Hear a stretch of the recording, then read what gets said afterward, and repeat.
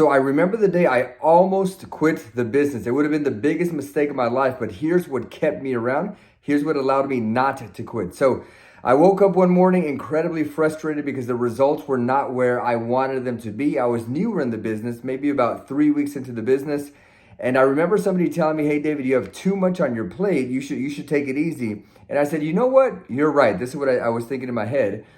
And I prepared my breakup speech. I was going to go speak to my broker and say, "Hey, you know what? I have a lot on my plate." And I prepared it very well. I arrived on a Saturday morning to training. And at the end, I said, "Hey, Andrew, can I speak to you for a bit?" He said, "Sure, what's going on?"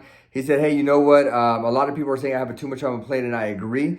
I don't think right now is the best time for me to be pursuing a business just because I have a lot going on with family. I have 2 jobs. I'm very involved in my church. I just have a lot on my plate.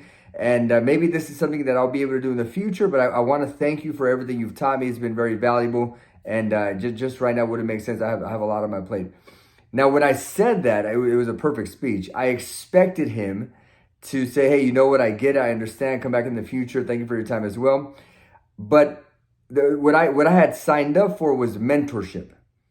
And a mentor will always see beyond your limiting belief, beyond your excuses, beyond your limitations. And his response was, "David, has anybody ever encouraged you to get a bigger plate?"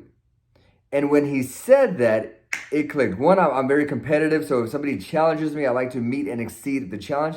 But two, here's what I understood. I was becoming a smaller person instead of becoming a bigger person. Let me explain to you what I mean.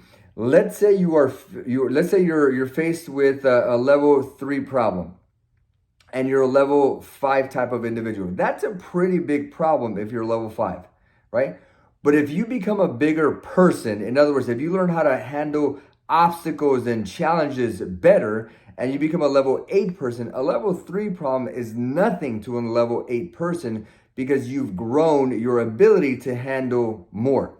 Right? So I said, "Hey, instead of becoming somebody who needs to get things off of my plates to be able to handle the small responsibilities that I have, I said, I want to become the type of person that can handle more, get a bigger plate, and become a level 7, 8, 9, 10 level type of person because when small problems come up, they're not big to me anymore because I have grown."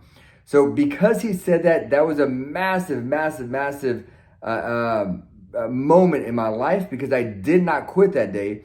And because I didn't quit, my life improved. I grew as an individual. Problems and obstacles weren't as big as they once were. And ultimately, I ended up succeeding financially, succeeding in the business. So if you have a mentor and they challenge you, make sure you're coachable. But that's the story of the day. I almost quit. Now, with that said, I'd love to connect with you. Feel free to send me a DM or comment in the comments below. With that said, God bless everybody. Bye-bye.